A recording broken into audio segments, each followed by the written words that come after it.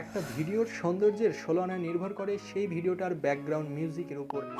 Action, comedy, romance কিংবা emotion সব কিছুকে আপনি ফুটিয়ে তুলতে পারবেন একটা কার্যকর এবং উপযুক্ত ব্যাকগ্রাউন্ড মিউজিকের মাধ্যমে। তো এক্ষেত্রে আমরা যে অ্যাপ্লিকেশনটি ইউজ করব সেটা হচ্ছে কাইনমাস্টার। তো অ্যাপ্লিকেশনটির লিঙ্ক আমি ভিডিও ডিসক্রিপশন বক্সে দিয়ে রাখবো, আপনারা সেখান থেকে চেক করে ইনস্টল করে নেবেন।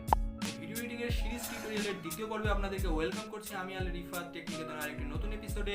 তো ভিডিও এডিটিং এর সিরিজ টিউটোরিয়ালের বিগত পর্বগুলো যারা মিস করেছেন তারা অবশ্যই ভিডিওগুলো দেখে নেবেন।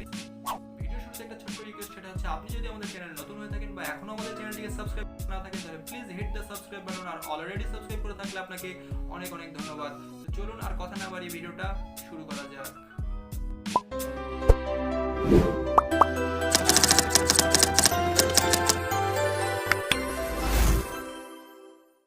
তো ভিডিও ডেসক্রিপশন বক্সের লিঙ্ক দেওয়া আছে, সেখান থেকে আপনারা কাইনমাস্টার অ্যাপ্লিকেশনটিকে ইনস্টল করে নেবেন। তারপরে কাইনমাস্টার অ্যাপ্লিকেশনটিকে আমরা ওপেন করব। কাইনমাস্টার অ্যাপ্লিকেশনটিকে ওপেন করার পরে এখান থেকেই প্লাস আইকনটিকে ক্লিক করে একটি নিউ প্রজেক্ট ওপেন করে নেবেন।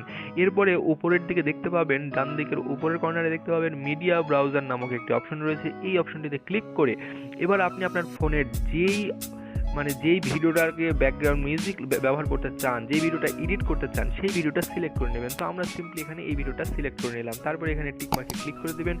এরপরে ভিডিওটা ঠিক শুরুর দিকে আসবেন এবং এখান থেকে এই অডিও অপশনটি সিলেক্ট করবেন। এই অডিও অপশনটি সিলেক্ট করার পরে আপনার ফোনের যেই গান বা যেই মিউজিকটাকে আপনি ব্যাকগ্রাউন্ড মিউজিক হিসেবে ইউজ করতে চান সেটা এখানে সিলেক্ট করে নেবেন। তো এক্ষেত্রে আমরা এই মিউজিকটাকে ব্যাকগ্রাউন্ড মিউজিক হিসেবে সিলেক্ট করলাম। তো এটা ট্যাপ করে এখানে প্লাস আইকনটি ক্লিক করে আপনারা সেটাকে ব্যবহার করতে পারবেন। তো এরপরে সবচেয়ে গুরুত্বপূর্ণ যেটা বিষয় সেটা হচ্ছে এই ব্যাকগ্রাউন্ড মিউজিকটার ভলিউমটাকে একটু কমিয়ে দেওয়া। কেননা আপনার ভলিউম এবং ব্যাকগ্রাউন্ড মিউজিকের ভলিউম যদি সমান হয় তাহলে আপনার অডিয়েন্স আপনার ভিডিও দেখে কিছুই বুঝতে পারবে না এবং আপনার ভিডিওটাও আলটিমেটলি কোয়ালিটিলেস হয়ে পড়বে। তো অবশ্যই এইবার আপনাকে ভলিউম কমাতে হলে এই ব্যাকগ্রাউন্ড মিউজিকের উপর ট্যাপ করবেন। উপরে ভলিউম নামক একটি অপশন দেখতে পাবেন, এই অপশনটি ক্লিক করে এরপরে আপনার ভলিউমটাকে একটু কমিয়ে দেবেন। সাধারণত 30-এর নিচে 20-22 এরকম রাখলে ভালো হয়।